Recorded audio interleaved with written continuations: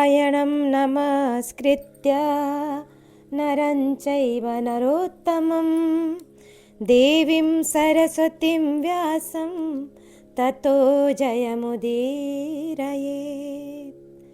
श्रीगणेशाय नमः, श्रीसरस्वत्यै नमः, श्रीवेदव्यासाय नमः।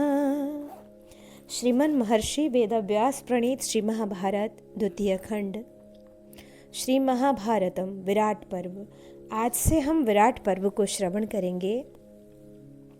पांडव प्रवेश पर्व है यह, और प्रथम अध्याय। हम इसमें विराट नगर में अज्ञातवास करने के लिए पांडवों की गुप्त मंत्रणा तथा युधिष्ठिर के द्वारा अपने भावी कार्यक्रम का दिग्दर्शन हम श्रवण करेंगे। नारायणं नमस्कृत्य नरं चैव नरोत्तमं देवीं सरस्वतीं व्यासं ततो जयमुदीरयेत्।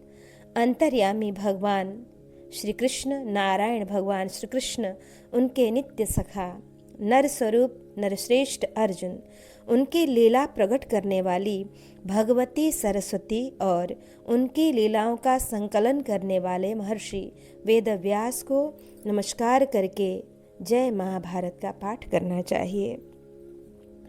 जन्मेजय ने पूछा, ब्राह्मण, मेरे प्रपितामह पांडवों ने दुर्योधन के भय से कष्ट उठाते हुए विराटनगर में अपने अज्ञातवास का समय किस प्रकार व्यतीत किया तथा दुख में पड़ी हुई सदा ब्रह्म स्वरूप श्री कृष्ण का नाम कीर्तन करने वाली परम सौभाग्यवती पतिव्रता द्रौपदी वहाँ अपने को अज्ञात रखकर कैसे निवास कर सकीं, यह मैं सुनना चाहता हूँ। वैशंपायन जी ने कहा, तथा यथा विराट नगरे तब पूर्व पितामहा अज्ञातवासमोषितास् तच्छृणुषु नराधिप। राजन, तुम्हारे प्रपितामहों ने विराट नगर में जिस प्रकार अज्ञातवास के दिन पूरे किए थे, यह बताता हूँ, सुनो। एक रूपधारी धर्म से इस प्रकार वरदान पाने के अनंतर धर्मात्माओं में श्रेष्ठ धर्मपुत्र युधिष्ठिर ने आश्रम पर जाकर वह सब समाचार ब्राह्मणों को बताया। भारत, ब्राह्मणों से सब कुछ बताकर जब युधिष्ठिर ने अरणि सहित मंथन काष्ठ पूर्वोक्त ब्राह्मण देवता को सौंप दिया, तब धर्मपुत्र महामनस्वी उन राजा युधिष्ठिर ने अपने सब भाइयों को एकत्र करके इस प्रकार कहा कि आज 12 वर्ष बीत गए, हम लोग अपने राज्य से बाहर आकर वन में रहते हैं। अब यह 13वां वर्ष आरंभ हुआ है। इसमें बड़े कष्ट से कठिनाइयों का सामना करते हुए अत्यंत गुप्त रूप से रहना होगा। कुंती नंदन अर्जुन, तुम अपनी रुचि के अनुसार कोई उत्तम निवास स्थान चुनो, जहाँ यहाँ से चलकर हम 1 वर्ष तक इस प्रकार रहें कि शत्रुओं को हमारा पता न चल सके। अर्जुन बोले, नरेश्वर, इसमें संदेह नहीं कि उन्हीं भगवान धर्म के दिए हुए वर के प्रभाव से हम लोग इस पृथ्वी पर विचरते रहेंगे और हमें दूसरे मनुष्य पहचान नहीं सकेंगे। तथापि मैं आपसे निवास करने योग्य कुछ रमणीय एवं गुप्त राष्ट्रों के नाम बताऊंगा। उनमें से किसी को आप स्वयं ही अपनी रुचि के अनुसार चुन लीजिए। कुरुदेश के चारों ओर बहुत से सुरम्य जनपद हैं जहाँ बहुत अन्न होता है। उनके नाम ये हैं: पंचाल, चेदी, मत्स्य, सूरसेन, पटच्चर, दशार्ण, नवराष्ट्र, मल्ल, शाल्ब, युगंधर, विशाल, कुंती राष्ट्र, सौराष्ट्र तथा अवंती। राजन, इनमें से कौन सा राष्ट्र आपको निवास करने के लिए पसंद है, जिसमें हम सब लोग इस वर्ष निवास करें? युधिष्ठिर जी ने कहा, महाबाहो, तुम्हारी यह बात मैंने ध्यान से सुनी है। संपूर्ण भूतों के अधीश्वर और प्रभावशाली भगवान धर्म ने हमारे लिए जैसा आदेश दिया है वह सब वैसा ही होगा, उसके विपरीत कुछ नहीं होगा। तथापि हम सब लोगों को आपस में सलाह करके अवश्य ही अपने रहने के लिए कोई परम सुंदर, कल्याणकारी तथा सुखद स्थान चुन लेना चाहिए। जहां हम निर्भय होकर रह सकें। तुम्हारे बताए हुए देशों में से मत्स्य देश के राजा विराट बहुत बलवान हैं और पांडवों के प्रति उनका अनुराग भी है। साथ ही वे स्वभावतः धर्मात्मा, वृद्ध, उदार तथा हमें सदैव प्रिय हैं। भाई अर्जुन, इसलिए इस वर्ष हम लोग राजा विराट के ही नगर में रहें और उनका कार्य साधन करते हुए उनके यहाँ विचरण करें। किंतु कुरुनंदनों, तुम लोग यह तो बताओ कि हम मत्स्यराज के पास पहुंचकर किन किन कार्यों का भार संभाल सकेंगे। तब अर्जुन ने पूछा कि नरदेव, आप उनके राष्ट्र में किस प्रकार कार्य करेंगे। महात्मन, विराट नगर में कौन सा कर्म करने से आपको प्रसन्नता होगी। राजन, आपका स्वभाव कोमल है। आप उदार, लज्जाशील, धर्मपरायण तथा पराक्रमी हैं। तथापि विपत्ति में पड़ गए हैं। पांडुनंदन, आप वहाँ क्या करेंगे। राजन, साधारण मनुष्यों की भांति आपको किसी प्रकार के दुख का अनुभव हो, यह उचित नहीं है। अतः इस घोर आपत्ति में पड़कर आप कैसे इससे के पार होंगे। युधिष्ठिर ने कहा, नरश्रेष्ठ कुरुनंदनों, मैं राजा विराट के यहाँ चलकर जो कार्य करूँगा यह बताता हूँ, सुनो। मैं पासा खेलने की विद्या जानता हूँ और यह खेल मुझे प्रिय भी है। अतः मैं कंक नामक ब्राह्मण बनकर महामना राजा विराट की राजसभा में एक सदस्य हो जाऊंगा और वैदुर्य मणि के समान हरी, सुवर्ण के समान पीली तथा हाथी दांत की बनी हुई काली और लाल रंग की मनोहर गोटियों को चमकीले बिंदुओं से युक्त पासों के अनुसार चलाता रहूंगा। कंक शब्द यमराज का वाचक है। यमराज का ही दूसरा नाम धर्म है और वे ही युधिष्ठिर रूप में अवतीर्ण हुए हैं। आत्मवै जायते पुत्र, इस उक्ति के अनुसार भी धर्म एवं धर्मपुत्र युधिष्ठिर में कोई अंतर नहीं। यह समझकर ही अपनी सत्यवादिता की रक्षा करते हुए युधिष्ठिर ने कंक नाम से अपना परिचय दिया। मैं राजा विराट को उनके मंत्रियों तथा बंधु बांधवों सहित पासों के खेल से प्रसन्न करता रहूंगा।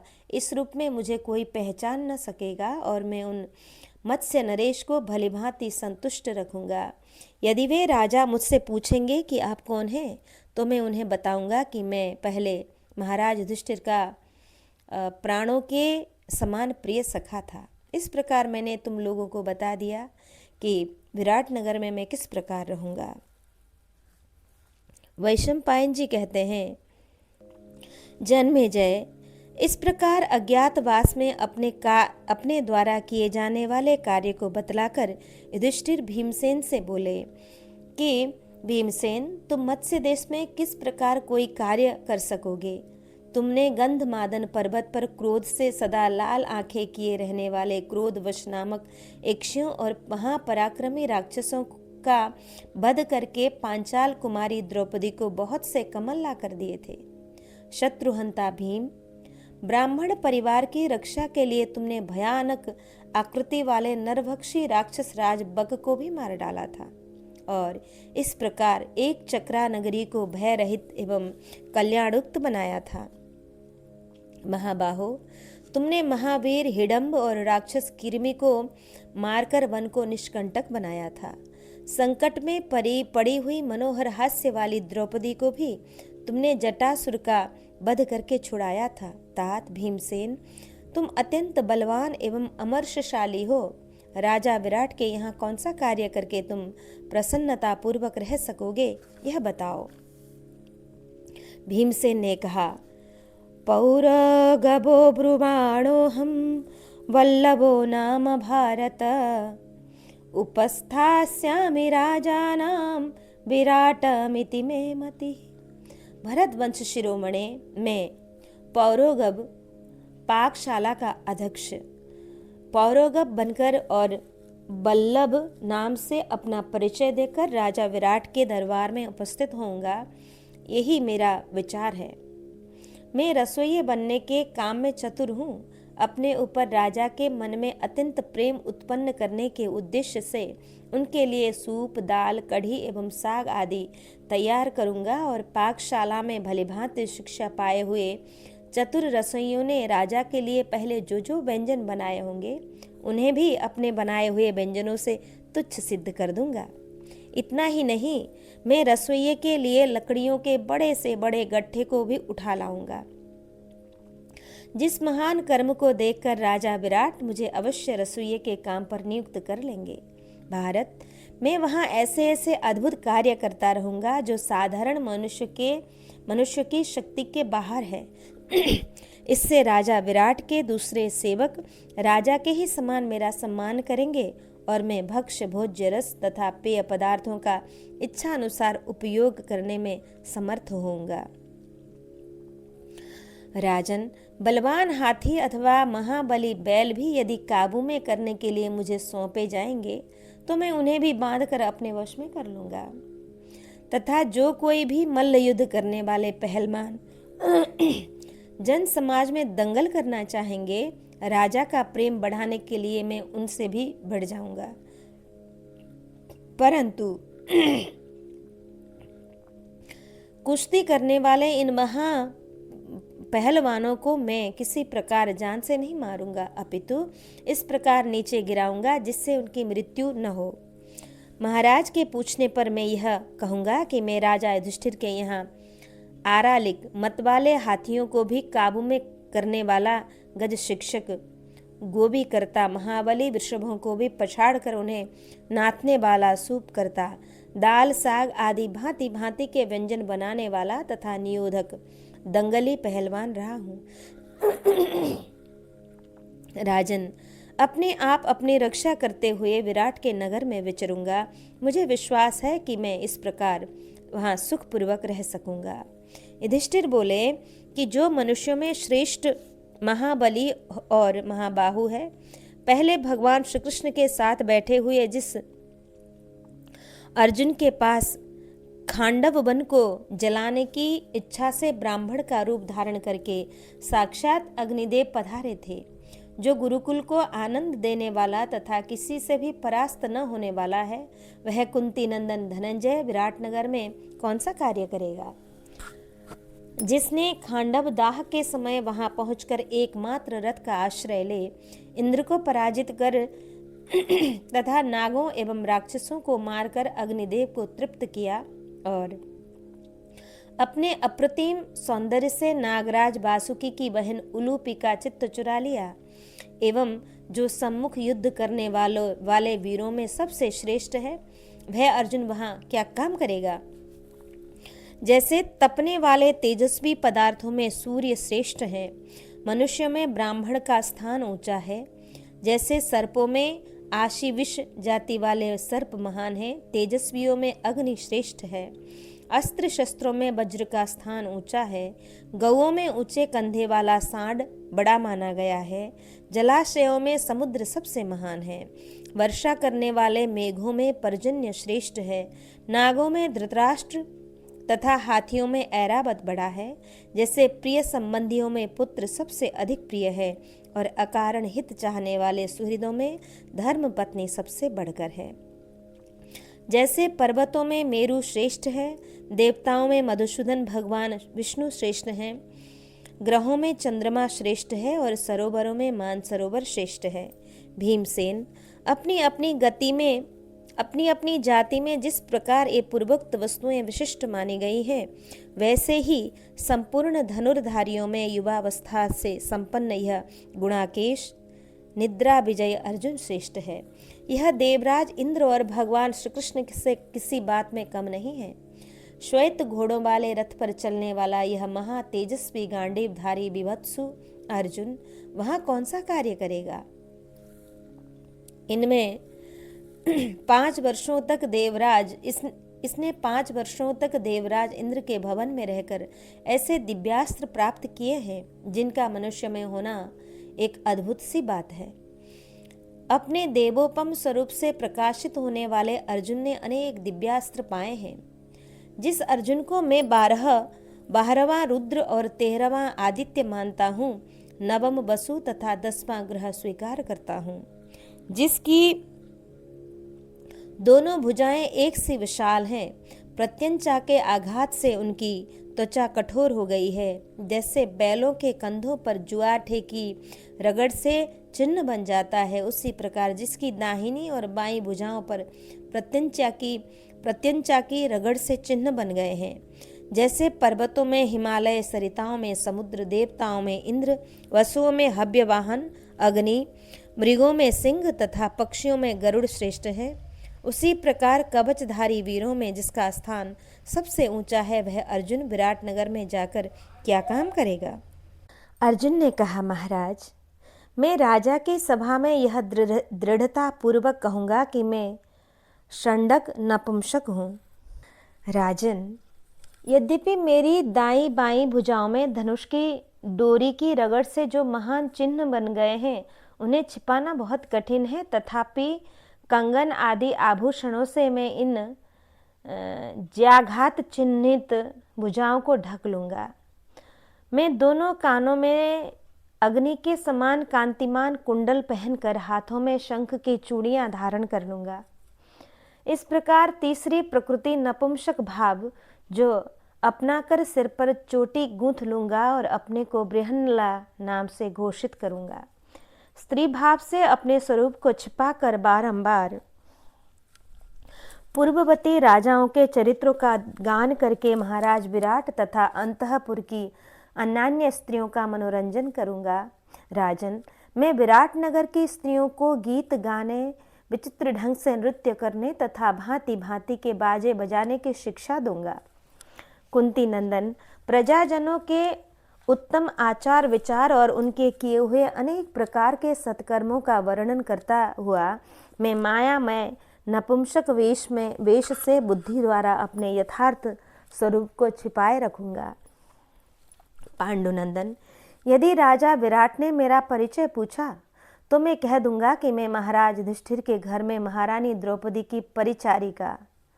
किस प्रसंग में अर्जुन ने अपने को षंडक और बृहन्नला कहा है। षंडक शब्द का अर्थ है नपुंसक। अर्जुन उस समय उर्वशी के शाप से नपुंसक हो गए थे। बृहन्नला का मूल शब्द बृहन्नल है। विद्वानों ने र और ल को एक सा माना है, अतः बृहन्नला नल अर्थ बृहन्नर अर्थात श्रेष्ठ या महान मानव है। भगवान नारायण के सखा होने के कारण अर्जुन नरश्रेष्ठ हैं ही। परिचारिका का एक अर्थ है सेविका और दूसरा अर्थ है सब और विचरण करने वाली। इस प्रकार अर्जुन ने गूढ़ अभिप्राय युक्त परिचारिका शब्द द्वारा अपने को द्रौपदी का पति सूचित किया कि परिचारिका रह चुकी हूँ। राजेंद्र, इस प्रकार कृत्रिम वेशभूषा से राख में छिपी हुई अग्नि के समान अपने को छिपाकर मैं विराट के महल में सुखपूर्वक निवास करूँगा। वैशंपायन जी कहते हैं कि इत्तेव मुक्त्वा पुरुष प्रवीरस तथार्जुनो धर्मवृतां वरिष्ठ वाक्यं तथासौ वीरराम भूयो नृपो परम भ्रातरमा बभाषे। जन्मेजय, धर्मात्माओं में श्रेष्ठ तथा पुरुषों में महान वीर अर्जुन इस प्रकार कहकर चुप हो गए। तब राजा युधिष्ठिर पुनः दूसरे भाई से बोले कि नकुल, तुम राजा विराट के राज्य में कौन सा कार्य करते हुए निवास करोगे, वह कार्य बताओ। तात, तुम तो शूरवीर होने के साथ ही अत्यंत सुकुमार, परम दर्शनीय और सर्वथा सुख भोगने के ही योग्य हो। नकुल बोले कि राजन, मैं राजा विराट के यहाँ अश्वबंध घोड़ों को वश में करने वाला सवार होकर रहूँगा। मैं अश्व विज्ञान से संपन्न और घोड़ों की रक्षा के कार्य में कुशल हूँ। मैं राजसभा में ग्रंथिक नाम से अपना परिचय दूंगा। घोड़ों की देखभाल का काम मुझे अत्यंत प्रिय है। उन्हें भांति भांति चालें सिखाने और उनकी चिकित्सा करने में भी मैं निपुण हूँ। कुरुराज, आपकी ही भांति मुझे भी घोड़े सदैव प्रिय रहे हैं। नकुल ने अपना नाम ग्रंथिक बताया और अपने को अश्व का अधिकारी कहा है। ग्रंथिक का अर्थ है आयुर्वेद तथा अश्व विद्या संबंधी ग्रंथों को जानने वाला। श्रुति में अश्विनी कुमारों को देवताओं का वैद्य तथा अध्वर्य कहा गया है। अश्विनी वै देवानां विषजा वश्वी नावर्ध्यु।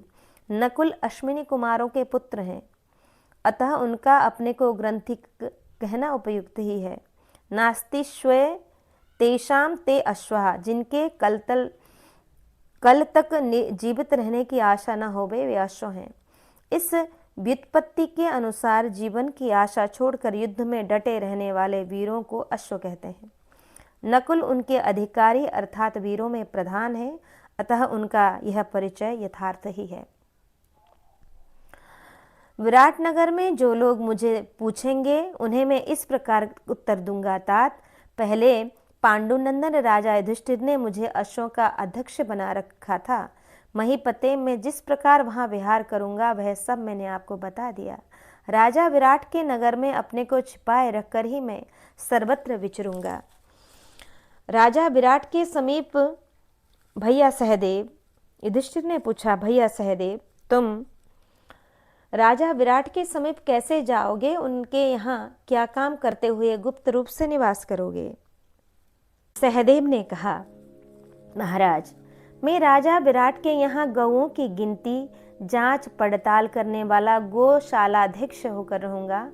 मैं गौओं को नियंत्रण में रखने और धोने का काम अच्छी तरह जानता हूँ। उन्हें गिनने और उनकी परख पहचानने के काम में भी कुशल हूँ। मैं वहाँ तंतिपाल नाम से प्रसिद्ध होऊंगा।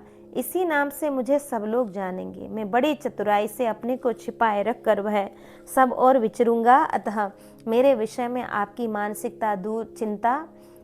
चिंता दूर हो जानी चाहिए। राजन, मेरे द्वारा रक्षित होकर राजा विराट के पशु तथा गौएं निरोग, संख्या में अधिक, हृष्ट पुष्ट, अधिक दूध देने वाली, बहुत संतानों वाली, सत्युक्त, अच्छी तरह संभाल होने से गोरूप, पाप से रहित, चोरों के भय से मुक्त तथा सदा व्याधि एवं बाघ आदि के भय से रक्षित होंगी। महाराज, वे उद्वेग रहित, सुखी और निरामय तो होंगी ही।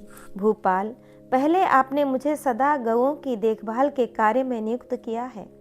इस कार्य में मैं कितना दक्ष हूँ यह सब आपको विदित ही है। महीपते, गौओं के जो लक्षण और चरित्र मंगल कारक होते हैं वे सब मुझे भलीभांति मालूम है। उनके विषय में और भी बहुत सी बातें मैं जानता हूँ। राजन, इसके सिवा मैं ऐसे प्रशंसनीय लक्षणों वाले सांडों को भी जानता हूँ जिनके मूत्र को सूंघ लेने मात्र से बंध्या स्त्री भी गर्भवती हो सकती है। इस प्रकार मैं गौओं की सेवा करूँगा। इस कार्य में मुझे सदा से प्रेम रहा है। वहाँ कोई मुझे पहचान नहीं सकेगा। मैं अपने कार्य से राजा विराट को संतुष्ट कर लूंगा। तस्य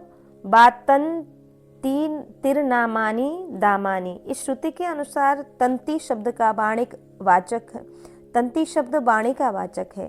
तंतिपाल कहकर सहदेव ने गूढ़ रूप से युधिष्ठिर को यह बताया कि मैं आपकी प्रत्येक आज्ञा का पालन करूंगा। साधारण लोगों की दृष्टि में तंतिपाल का अर्थ है बैलों को बांधने की रस्सी को सुरक्षित रखने वाला। अतः सहदेव ने भी अपना परिचय यथार्थ ही दिया है। युधिष्ठिर बोले, यह द्रुपद कुमारी कृष्णा हम लोगों की प्यारी भार्या है। इसका गौरव हमारे लिए प्राणों से भी बढ़कर है। यह माता पृथ्वी की भांति पालन करने योग्य तथा बड़ी बहन धेनु के समान आदरणीय है।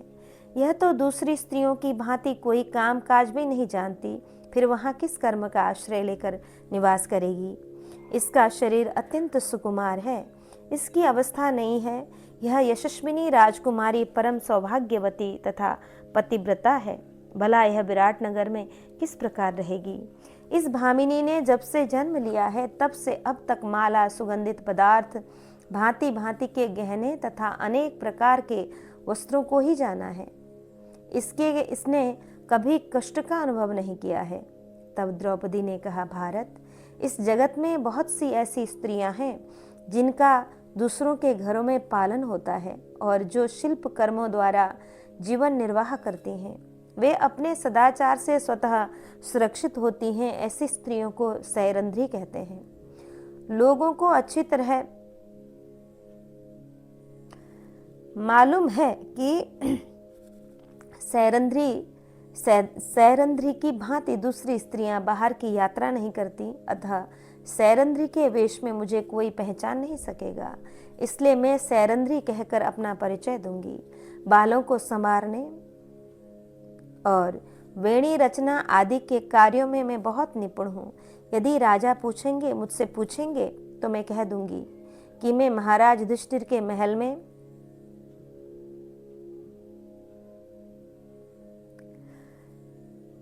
महारानी द्रौपदी की परिचारिका बनकर रही हूँ।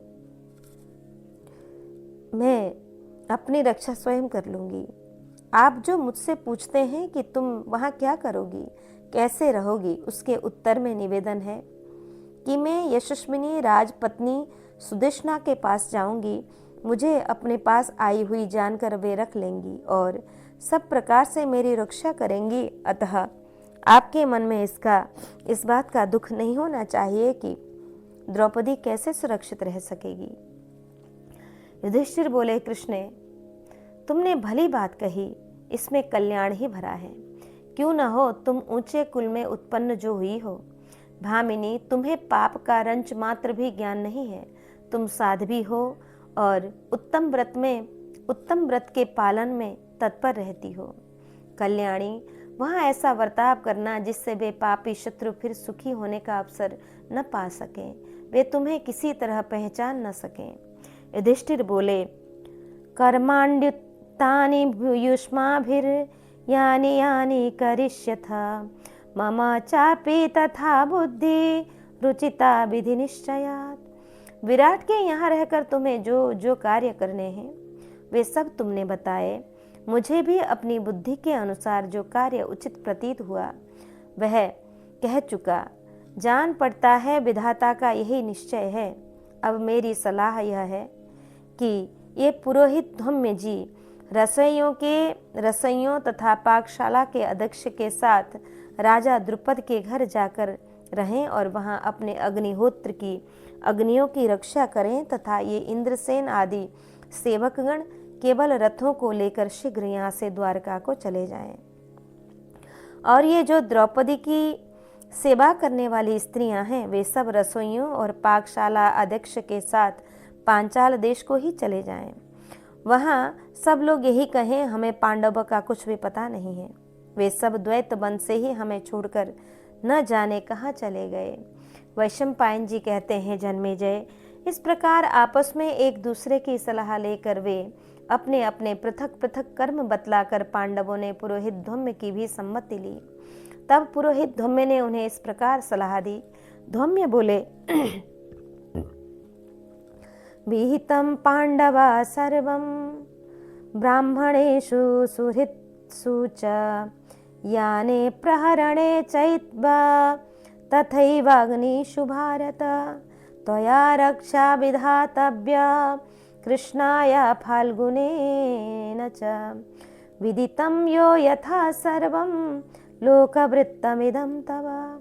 पांडवों, ब्राह्मणों, सुहृदों, सवारी या युद्ध यात्रा, आयुध या युद्ध तथा अग्नियों के प्रति जो शास्त्र विहित कर्तव्य है उन्हें तुम अच्छी तरह जानते हो और तदनुकूल तुमने जो व्यवस्था की है वह सब ठीक है। भारत, अब मैं तुमसे यह कहना चाहता हूँ कि तुम और अर्जुन सावधान रहकर सदा द्रौपदी की रक्षा करना।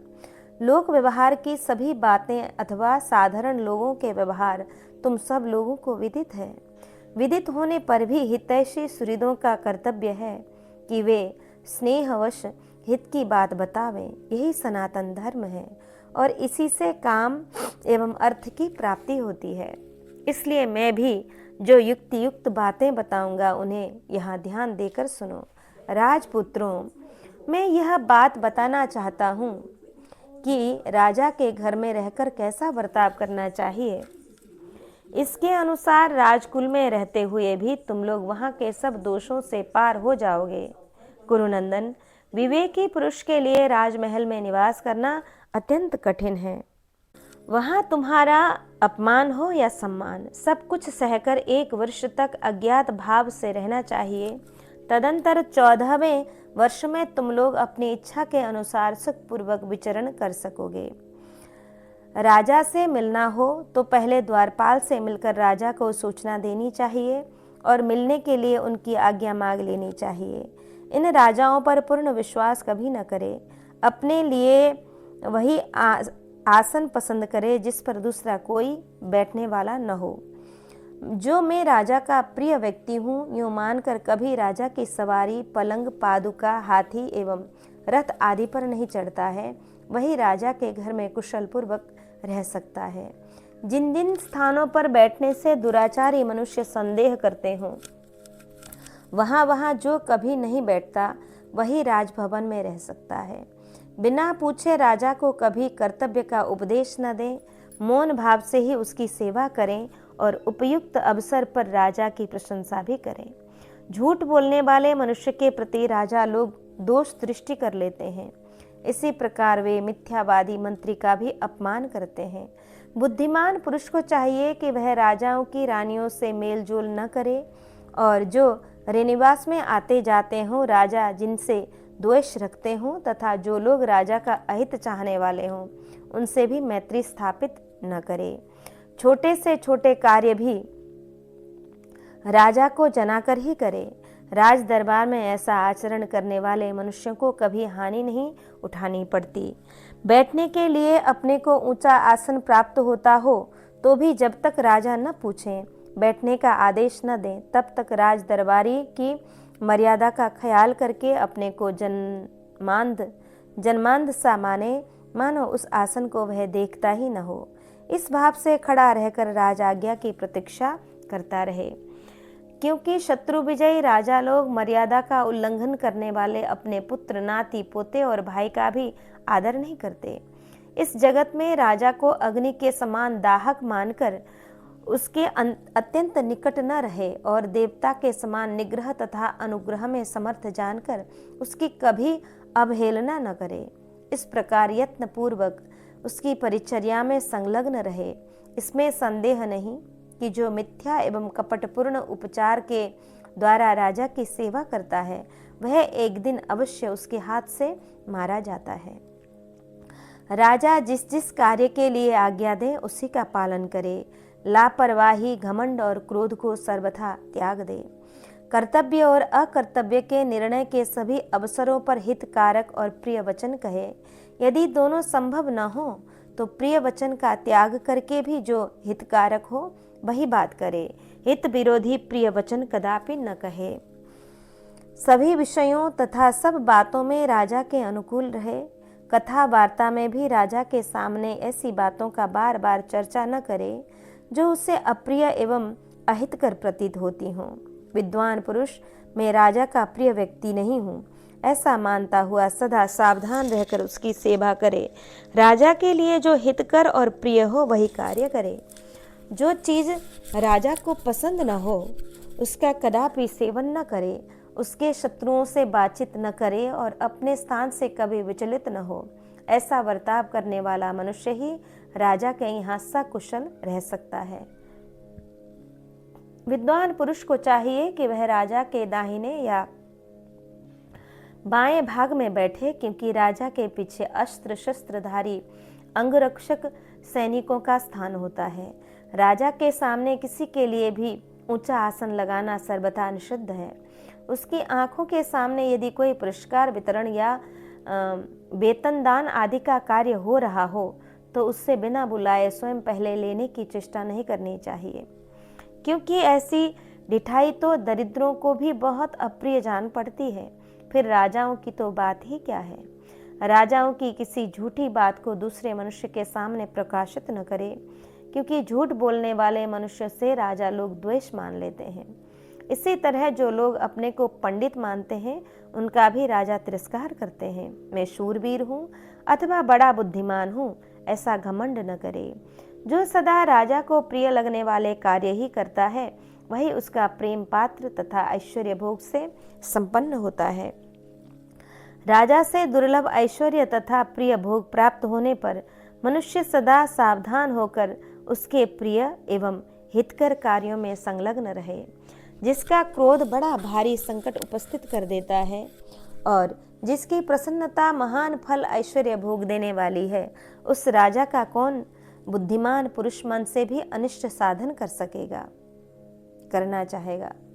राजा के समक्ष अपने दोनों हाथ, ओठ और घुटनों को व्यर्थ न हिलावे, बकवाद न करे, सदा शनै शनै बोले, धीरे से थूके और दूसरे को पता न चले, इस प्रकार अधोवायु छोड़े। किसी दूसरे व्यक्ति के संबंध में कोई हास्यजनक वस्तु दिखाई दे तो अधिक हर्ष न प्रकट करे एवं पागलों की तरह अट्टहास न करे, तथा अत्यंत धैर्य के कारण जड़वत निश्चेष्ट होकर भी न रहे। इससे वह गौरव सम्मान को प्राप्त होता है। मन में प्रसन्नता होने पर मुख से मृदुल मंद मुस्कान का ही प्रदर्शन करे। जो अविष्ट वस्तु की प्राप्ति होने पर अधिक हर्षित नहीं होता अथवा अपमानित होने पर अधिक व्यथा का अनुभव नहीं करता और सदा मोह शून्य होकर विवेक से काम लेता है, वही राजा के यहाँ सुखपूर्वक रह सकता है। जो बुद्धिमान सचिव सदा राजा अथवा राजकुमार की प्रशंसा करता रहता है, वही राजा के यहाँ उसका प्रीति पात्र होकर दीर्घ काल तक टिक सकता है। यदि कोई मंत्री पहले राजा का कृपा पात्र रहा हो और पीछे अकारण उसे दंड भोगना पड़ा हो, उस दशा में भी जो राजा की निंदा नहीं करता, वह पुनः अपने पूर्व वैभव को प्राप्त कर लेता है। बुद्धिमान राजा के आश्रित रहकर जीवन निर्वाह अथवा उसके राज्य में निवास करता है। उसे राजा के सामने अथवा पीठ पीछे भी उसके गुणों की ही चर्चा करनी चाहिए।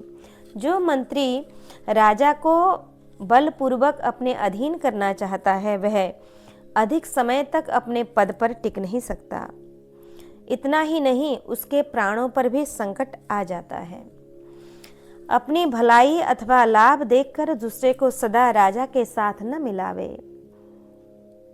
न बातचीत करावे। उपयुक्त स्थान और अवसर देखकर सदा राजा की विशेषता प्रकट करे। जो उत्साह संपन्न, बुद्धि बल से युक्त, शूरवीर, सत्यवादी, कोमल स्वभाव और जितेंद्रिय होकर सदा छाया की भांति राजा का अनुसरण करता है, वही राज दरबार में टिक सकता है। जब दूसरे को किसी कार्य के लिए भेजा जा रहा हो, उस समय जो स्वयं ही उठकर आगे आ जाए और पूछे मेरे लिए क्या आज्ञा है, वही राजभवन में निवास कर सकता है। जो राजा के द्वारा आंतरिक धन एवं स्त्री आदि की रक्षा और बाह्य शत्रु विजय आदि कार्यों के लिए आदेश मिलने पर कभी शंकित या भयभीत नहीं होता, वही राजा के यहाँ टिक सकता है, रह सकता है। जो घर बार छोड़कर परदेश में पड़ा रहने पर भी प्रियजनों एवं अभिष्ट भोगों का स्मरण नहीं करता और कष्ट सहकर सुख पाने की इच्छा करता है, वही राज दरबार में टिक सकता है।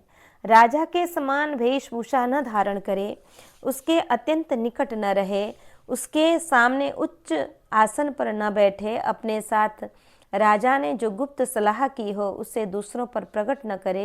ऐसा करने से ही मनुष्य राजा का प्रिय हो सकता है। यदि राजा ने किसी काम पर नियुक्त किया हो तो उसमें घूस के रूप में थोड़ा भी धन न ले, क्योंकि जो इस प्रकार चोरी से धन लेता है उसे एक दिन बंधन अथवा वध का दंड भोगना ही पड़ता है। राजा प्रसन्न होकर सवारी, वस्त्र, आभूषण तथा और भी जो कोई वस्तु दे, उसी को सदा धारण करे या उपयोग में लावे। ऐसा करने से वह राजा का अधिक प्रिय होता है। तात युधिष्ठिर एवं पांडवों, इस प्रकार प्रयत्न पूर्वक अपने मन को वश में रखकर पूर्वोक्त रीति से उत्तम वर्ताव करते हुए इस 13वें वर्ष को व्यतीत करो और इसी रूप में रहकर ऐश्वर्य पाने की इच्छा करो। तदंतर अपने राज्य में आकर इच्छा अनुसार व्यवहार करना।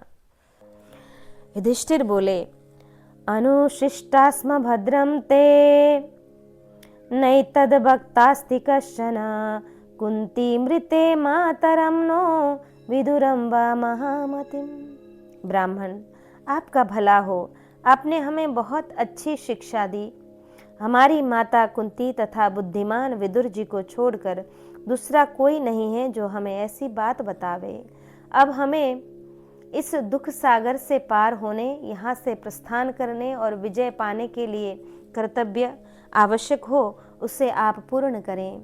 वैशंपायन जी कहते हैं, जन्मेजय, राजा युधिष्ठिर के ऐसा कहने पर विप्रवर धौम्य जी ने यात्रा के समय जो आवश्यक शास्त्र विहित कर्तव्य हैं वह सब विधि पूर्वक संपन्न किया। पांडवों की अग्निहोत्र संबंधी अग्नि को प्रज्वलित करके उन्होंने उनकी समृद्धि, वृद्धि, राज्य लाभ तथा पृथ्वी पर विजय प्राप्ति के लिए वेद मंत्र पढ़कर होम किया।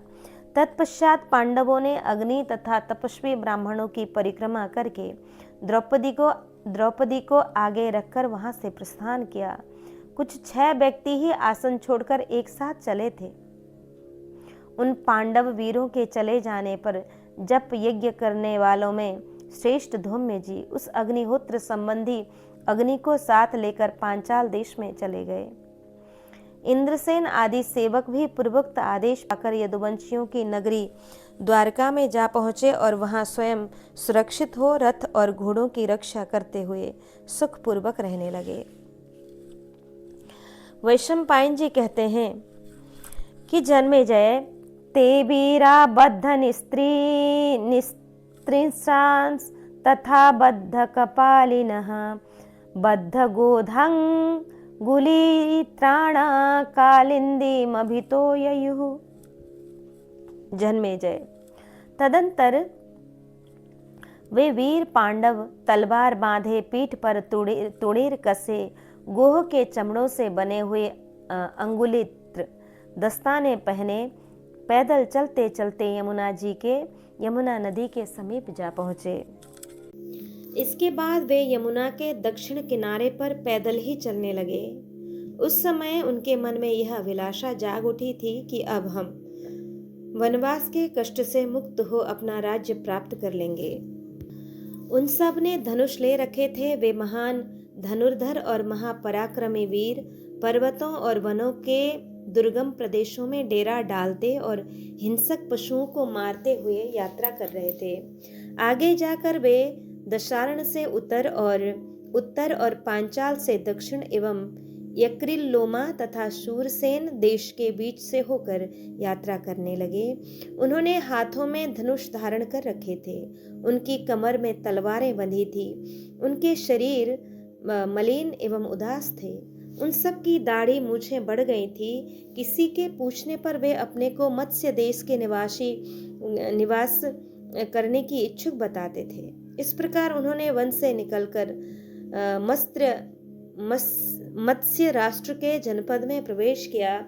जनपद में आने पर द्रौपदी ने राजा युधिष्ठिर से कहा, महाराज देखिए, यहाँ अनेक प्रकार के खेत और उनके पहुँचने के लिए बहुत सी पगडंडियाँ दिखाई देती हैं। उनमें पहुँचने के लिए जान पड़ता है विराट की राजधानी अभी दूर होगी। मुझे बड़ी थकावट हो रही है, अतः हम एक रात और यहीं रहें। युधिष्ठिर ने कहा, धनंजय, तुम द्रौपदी को कंधे पर उठाकर ले चलो। भारत, इस वन से निकलकर अब हम लोग राजधानी में ही निवास करेंगे।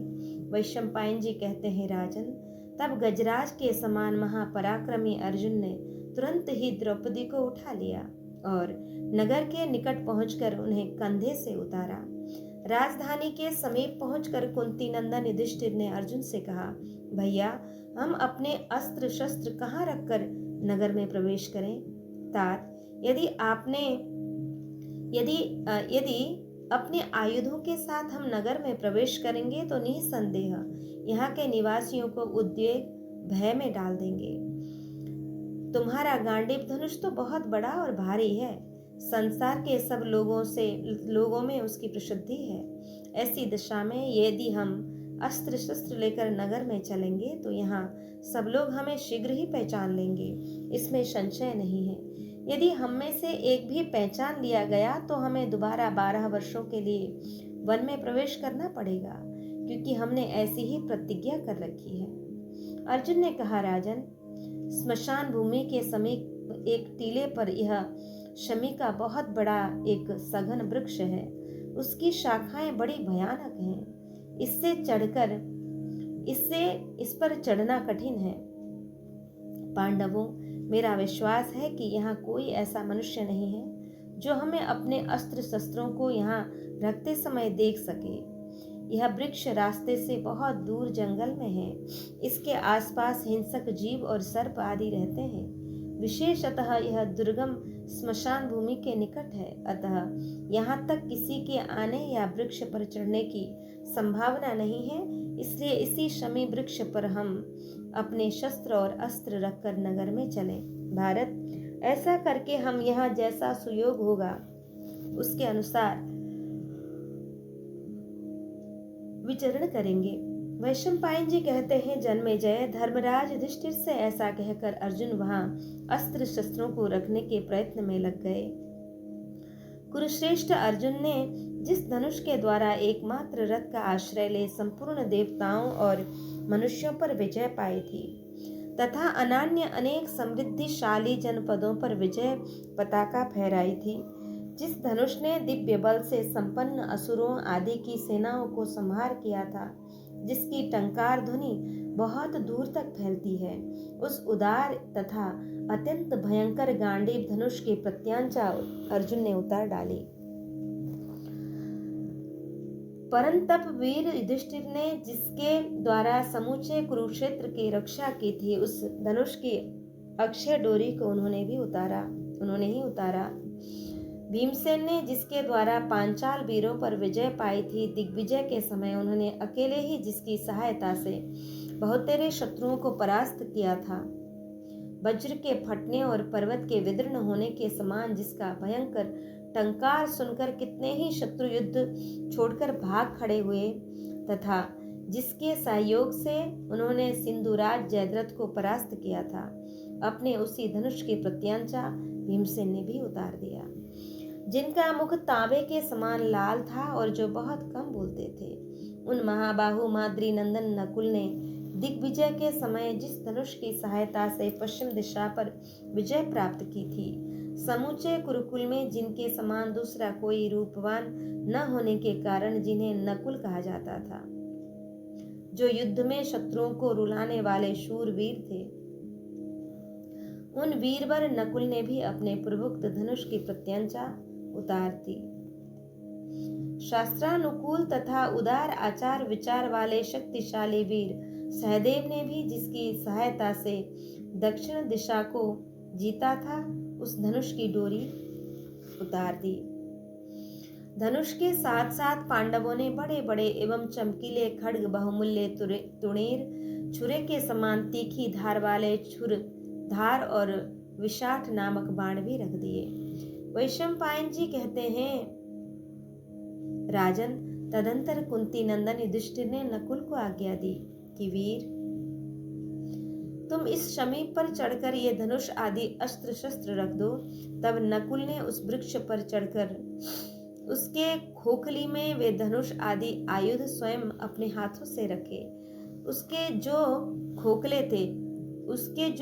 खोखले थे वे नकुल को दिव्य रूप जान पड़ते थे, क्योंकि उन्होंने देखा वहां मेघ तिरछी वृष्टि करता है, जिससे खोखलों में पानी नहीं पड़ता। उन्हीं में उन आयुधों को रखकर मजबूत रस्सियों से उन्हें अच्छी तरह बांध दिया। इसके बाद पांडवों ने एक मृतक का शव लाकर उस वृक्ष की शाखा में बांध दिया। उसे बांधने का उद्देश्य यह था कि इसकी दुर्गंध नाक में पड़ते ही लोग समझ लेंगे कि इसमें सड़ी लाश बंधी है, अतः दूर से ही वे इस शमी वृक्ष को त्याग देंगे। परंतु पांडव इस प्रकार उस शमी वृक्ष पर शव बांधकर उस वन में गाय चराने वाले ग्वालों और भेड़ पालने वाले गडरियों से शव बांधने का कारण बताते हुए इस प्रकार कहते थे, यह 180 वर्ष की हमारी माता है, हमारे कुल का यह धर्म है, इसलिए ऐसा किया है। हमारे पूर्वज भी ऐसा ही करते आए हैं, हमारे कुल का यह धर्म है। इस प्रकार शत्रुओं का संहार करने वाले वे कुंती पुत्र नगर के निकट आ पहुंचे। तब युधिष्ठिर ने क्रमशः पांचों भाइयों के जयंत, विजय, जयसेन और जयद्वल ये गुप्त नाम रखे। तत्पश्चात उन्होंने अपनी प्रतिज्ञा के अनुसार 13वें वर्ष का अज्ञातवास पूर्ण करने के लिए मत्स्य राष्ट्र के उस विशाल नगर में प्रवेश किया। वैशंपायन जी कहते हैं कि विराट नगरम रम्यम गच्छमानो युधिष्ठिरः अस्तुवन् मनसा देवीं दुर्गां त्रिभुवनेश्वरीं। राजन, विराट के रमणीय नगर में प्रवेश करते समय महाराज युधिष्ठिर ने मन ही मन त्रिभुवन की अधीश्वरी दुर्गा देवी का इस प्रकार स्तवन किया कि जो यशोदा के गर्भ से प्रकट हुई है, जो भगवान नारायण को अत्यंत प्रिय है, नंद गोप के कुल में जिसने अवतार लिया है, जो सबका मंगल करने वाली तथा कुल को बढ़ाने वाली है, जो कंस को भयभीत करने वाली और असुरों का संहार करने वाली है। कंस के द्वारा पत्थर की शिला पर पटकी जाने पर जो आकाश में उड़ गई थी, जिसके अंग दिव्य गंधमाला एवं आभूषणों से विभूषित हैं, जिसने दिव्य वस्त्र धारण कर रखा है, जो हाथ में ढाल और तलवार धारण करती हैं। वसुदेव नंदन श्री कृष्ण की भगिनी उस दुर्गा देवी का मैं चिंतन करता हूँ। पृथ्वी का भार उतारने वाली पुण्यमयी देवी, तुम सदा सबका कल्याण करने वाली हो। जो लोग तुम्हारा स्मरण करते हैं, निश्चय ही तुम उन्हें पाप और उसके फल स्वरूप होने वाले दुख से उबार लेती हो। उसके फल स्वरूप होने वाले दुख से उबार लेती हो, ठीक उसी तरह जैसे कोई पुरुष कीचड़ में फंसी हुई दुर्बल गाय का उद्धार कर देती है। तत्पश्चात भाइयों सहित राजा युधिष्ठिर ने देवी के दर्शन की अभिलाषा रखकर नाना प्रकार के स्तुति परक नामों द्वारा उन्हें संबोधित करके पुनः उनकी स्तुति प्रारंभ की। सच्चिदानंदमयी कृष्णे, तुम कुमारी और ब्रह्मचारिणी हो।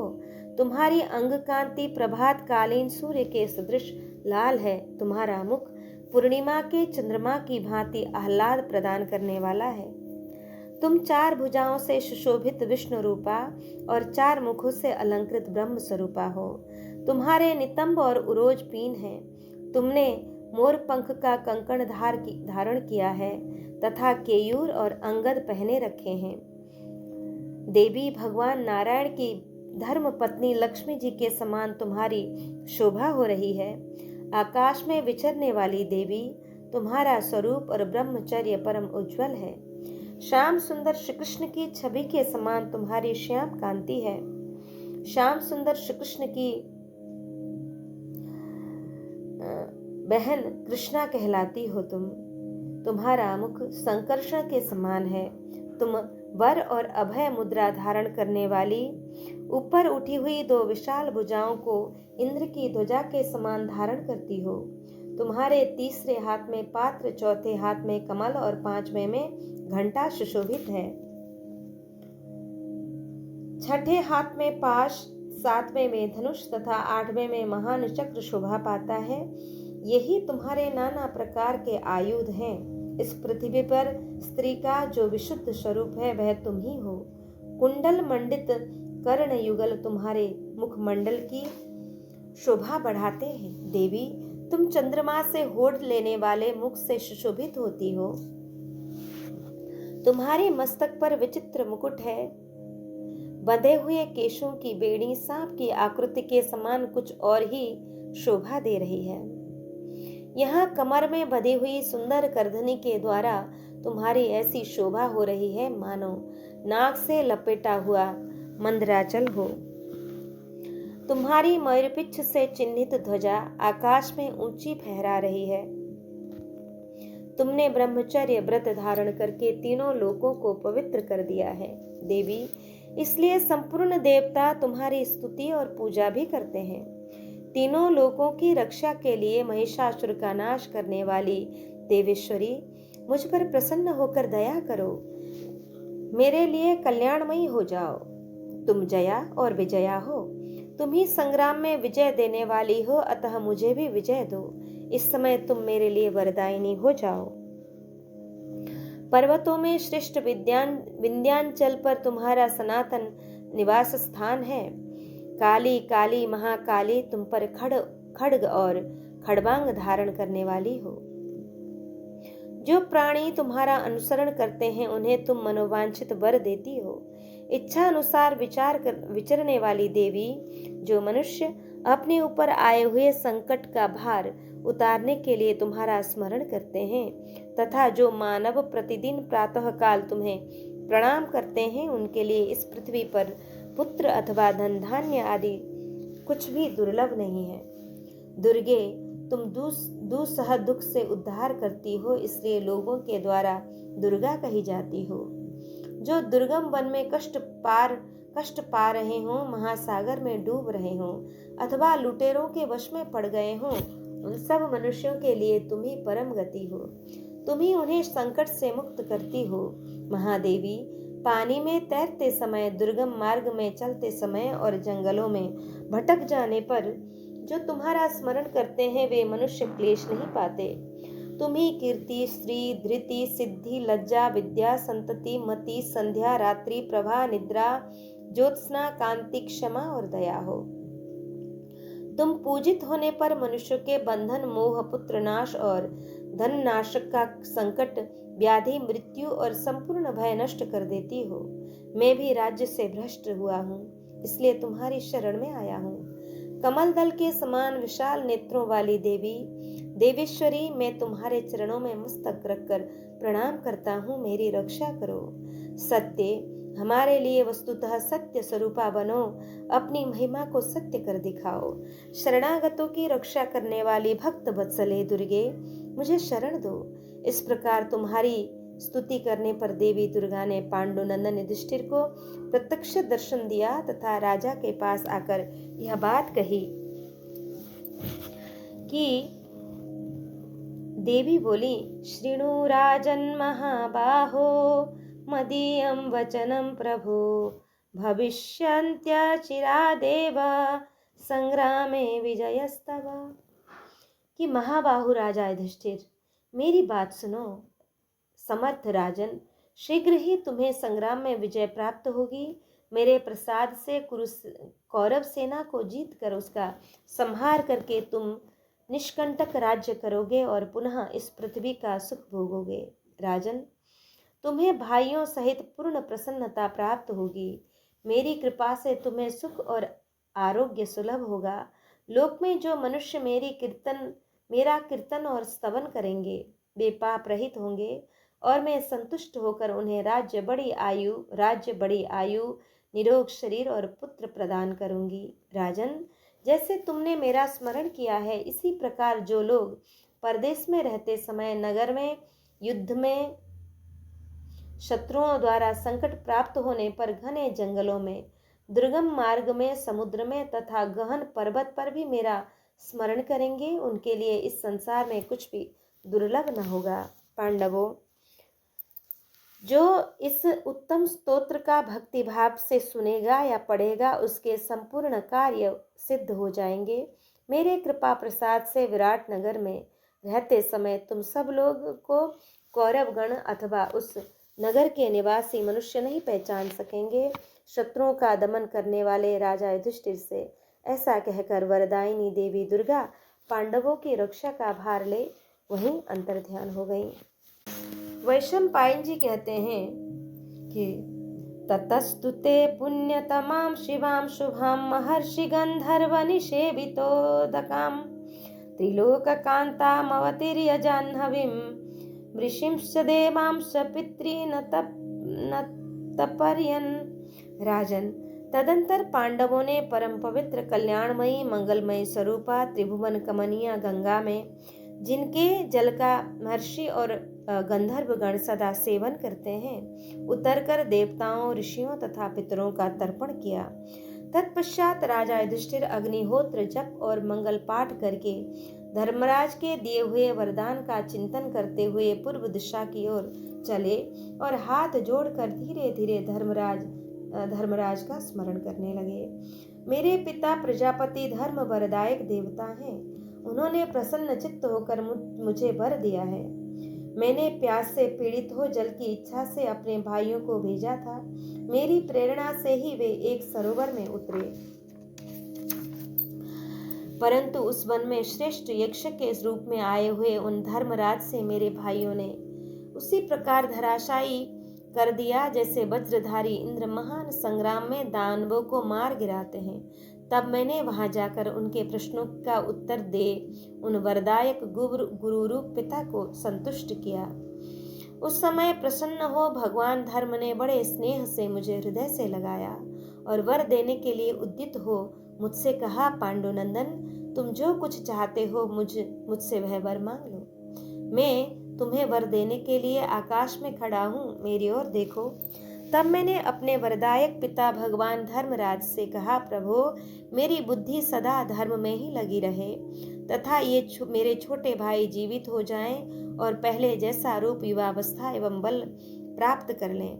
हम लोगों में इच्छा अनुसार क्षमा और कीर्ति हो और हम अपने सत्य व्रत को पूर्ण कर लें। यही वर हमें प्राप्त होना चाहिए। जैसा कि मैंने बताया वैसा ही वर आप उन्होंने दिया। देवेश्वर धर्म ने जैसा कहा है वह कभी मिथ्या नहीं हो सकता। वैशंपायन जी कहते हैं, राजन, ऐसा कहकर धर्मात्मा युधिष्ठिर उस समय धर्म का ही बार बार चिंतन करने लगे। तब धर्मदेव के प्रसाद से उन्होंने तत्काल अपने अविष्ट स्वरूप को प्राप्त कर लिया। वे कमंडलों और पगड़ी धारण किए त्रिदंडधारी तरुण ब्राह्मण बन गए। उनके शरीर पर मंजिठ के रंग से सुंदर लाल वस्त्र शोभा पाने लगे। तब मस्तक पर शिखा दिखाई देने लगी। वे हाथ में कुश लिए अद्भुत रूप में दृष्टिगोचर होने लगे। राजन, इसी प्रकार उत्तम धर्म के श्रेष्ठ फल की अभिलाषा रखने वाले उस सभी धर्मचारी महात्मा पांडवों को क्षण भर में उनके अविष्ट वेश के अनुरूप वस्त्र, आभूषण और माला आदि वस्तुएं प्राप्त हो गईं।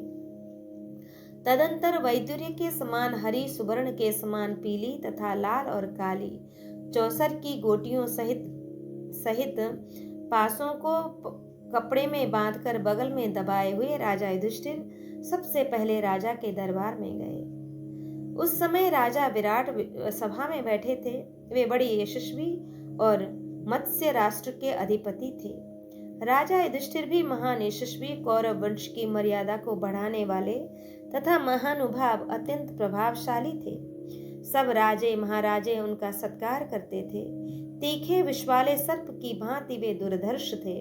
बल और रूप की दृष्टि से मनुष्य में सबसे श्रेष्ठ और महान थे। अपने अपूर्व रूप के कारण वे देवता के समान जान पड़ते थे। महामेघा मालाओं से आवृत सूर्य तथा राख में छिपी हुई अग्नि के समान उनका तेजस्वी रूप वेशभूषा से आच्छादित था। वे बड़े पराक्रमी थे। उनका मुख पूर्ण चंद्रमा के समान प्रकाशित हो रहा था। बादलों से ढके हुए चंद्रमा की भांति शोभायमान महानुभाव पांडुनंदन को आते देख राजा विराट की दृष्टि सहसा उनकी ओर आकृष्ट हो गई। निकट आने पर शीघ्र ही उन्होंने बड़े गौर से उनकी ओर देखा। मंत्री, ब्राह्मण, सूत, मागध आदि वैश्यगण तथा अन्य जो कोई भी सभासद उनके दाएं बाएं सब और बैठे थे, उन सब ने राजा से पूछा, ये कौन है जो पहले पहल यहाँ पधारे हैं? ये तो किसी राजा की भांति मेरी सभा को निहार रहे हैं। इनका वेश तो ब्राह्मण का सा है, किंतु ये ब्राह्मण नहीं हो सकते। ये नरश्रेष्ठ तो कहीं के भूपति ही होंगे। ऐसा विचार मेरे मन में उठ रहा है। परंतु इनके साथ दास, रथ और हाथी घोड़े आदि कुछ भी नहीं है। फिर भी ये निकट से इंद्र के समान सुशोभित हो रहे हैं। इनके शरीर में जो लक्षण दृष्टिगोचर हो रहे हैं, इनसे यह सूचित होता है कि ये मूर्धाभिषिक्त सम्राट हैं। मेरे मन में तो यही बात आती है, जैसे मतवाला हाथी बेखट के किसी कमलिनी के पास जाता हो, उसी प्रकार ये बिना किसी संकोच के व्यथारहित होकर मेरी सभा में आ रहे हैं। इस प्रकार तर्क वितर्क में पड़े हुए राजा विराट के पास आकर नरश्रेष्ठ युधिष्ठिर ने कहा, महाराज, आपको विदित हो मैं एक ब्राह्मण हूँ। मेरा सर्वस्व नष्ट हो गया है, अतः मैं आपके यहाँ जीवन निर्वाह के लिए आया हूँ। अनग, मैं यहाँ आपके समीप रहना चाहता हूँ। प्रभु, जैसी आपकी इच्छा होगी उसी प्रकार सब कार्य करते हुए मैं यहाँ रहूंगा। युधिष्ठिर की बात सुनकर राजा विराट बहुत प्रसन्न हुए और बोले, ब्राह्मण, आपका स्वागत है। तदंतर उन्होंने राजाओं में श्रेष्ठ युधिष्ठिर को सादर ग्रहण किया। ग्रहण करके राजा विराट ने प्रसन्न मन से उनसे इस प्रकार कहा, तात, मैं प्रेम पूर्वक आपसे पूछता हूँ, आप इस समय किस राजा के यहाँ राज्य से आए हैं? अपने गोत्र और नाम भी ठीक ठीक बताइए। साथ ही यह भी कहें कि आपने किस विद्या या कला में कुशलता प्राप्त की है। युधिष्ठिर ने कहा, महाराज विराट, मैं वैयाग्रपद गोत्र में उत्पन्न हुआ ब्राह्मण हूँ। लोकों में कंक नाम से मेरी प्रसिद्धि है। मैं पहले राजा युधिष्ठिर के साथ रहता था। वे मुझे अपना सखा मानते थे। मैं चौसर खेलने वालों के बीच पासे फेंकने की कला में कुशल हूँ। विराट बोले, ब्राह्मण, मैं आपको वर देता हूँ, आप जो चाहे मांग लें। समूचे मत्स्य देश पर शासन करें, मैं आपके वश में हूँ। क्योंकि द्युत क्रीड़ा में निपुण चतुर चालाक मनुष्य मुझे सदा प्रिय है। देवोपम ब्राह्मण, आप तो राज्य पाने के योग्य हैं। युधिष्ठिर ने कहा, मत्स्यराज नरनाथ, मुझे किसी हीन वर्ण के मनुष्य से विवाद न करना पड़े, यह मैं पहला वर मांगता हूँ। तथा मुझसे पराजित होने वाला कोई भी मनुष्य हारे हुए धन को अपने पास न रखे, मुझे दे दे। आपकी कृपा से यह दूसरा वर मुझे प्राप्त हो तो मैं रह सकता हूँ। विराट बोले, ब्राह्मण, यदि कोई ब्राह्मणेतर मनुष्य आपका अप्रिय करेगा तो उसे मैं निश्चय ही प्राण दंड दूंगा। यदि ब्राह्मणों ने आपका अपराध किया है तो उन्हें देश से निकाल दूंगा। युधिष्ठिर से ऐसा कहकर राजा विराट अन्य सभासदों से बोले, मेरे राज्य में निवास करने वाले और इस सभा में आए हुए लोगों, मेरी बात सुनो। जैसे मैं इस मत्स्य देश का स्वामी हूं, वैसे ही एक कंक भी है। फिर वे युधिष्ठिर से बोले, कंक, आज से आप मेरे सखा हैं। जैसी सवारी में चलता हूं वैसी ही आपको भी मिलेगी। जैसी सवारी में मैं चलता हूं वैसी आपको भी मिलेगी। पहनने के वस्त्र और भोजन पान आदि का प्रबंध भी आपके लिए पर्याप्त मात्रा में रहेगा। बाहर के राज्य कोष, उद्यान और सेना आदि तथा भीतर के धन दारा आदि की भी देखभाल आप ही करें। मेरे आदेश से आपके लिए राजमहल का द्वार सदा खुला रहेगा। आपसे कोई पर्दा नहीं रखा जाएगा। जो लोग जीविका के अभाव में कष्ट पा रहे हों और अनुवाद के लिए अर्थात पहले के स्थायी तौर पर दिए हुए खेत और बगीचे आदि को पुनः उपयोग में लाने के निमित्त नूतन राजाज्ञा प्राप्त करने के लिए आपके पास आवे, उनके अनुरोध पूर्ण वचन से आप सदा उनकी प्रार्थना मुझे सुना सकते हैं। विश्वास रखिए, आपके कथा अनुसार उन याचकों को मैं सब कुछ दूंगा, इसमें संशय नहीं है। आपको मेरे पास आने या कुछ कहने में भयभीत होने की आवश्यकता नहीं है। वैशंपायन जी कहते हैं, जन्मेजय, इस प्रकार वहां राजा युधिष्ठिर तथा मत्स्य नरेश की प्रथम भेंट हुई, जैसे भगवान विष्णु का वज्रधारी इंद्र से मिलन हुआ हो। उसी प्रकार विराट नरेश का राजा युधिष्ठिर के साथ समागम हुआ। युधिष्ठिर के स्वरूप का दर्शन विराट राजा को बहुत प्रिय लगा। जब वे आसन पर बैठ गए तब राजा विराट उन्हें एकटक निहारने लगे। उनके दर्शन से वे तृप्त ही नहीं होते थे। जैसे इंद्र अपनी कांति से स्वर्ग की शोभा बढ़ाते हैं, उसी प्रकार राजा युधिष्ठिर उस सभा को प्रकाशित कर रहे थे। धीर स्वभाव वाले नरश्रेष्ठ युधिष्ठिर उस समय राजा विराट के साथ इस प्रकार अच्छे ढंग से मिलकर और उनके द्वारा परम आदर सत्कार पाकर सदा सुखपूर्वक रहने लगे। उनका यह चरित्र किसी को भी मालूम नहीं हुआ।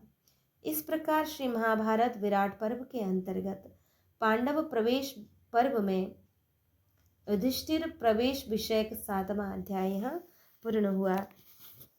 आज के पारायण को श्री ठाकुर जी के चरण कमल में अर्पित करके यहाँ विश्राम लेंगे।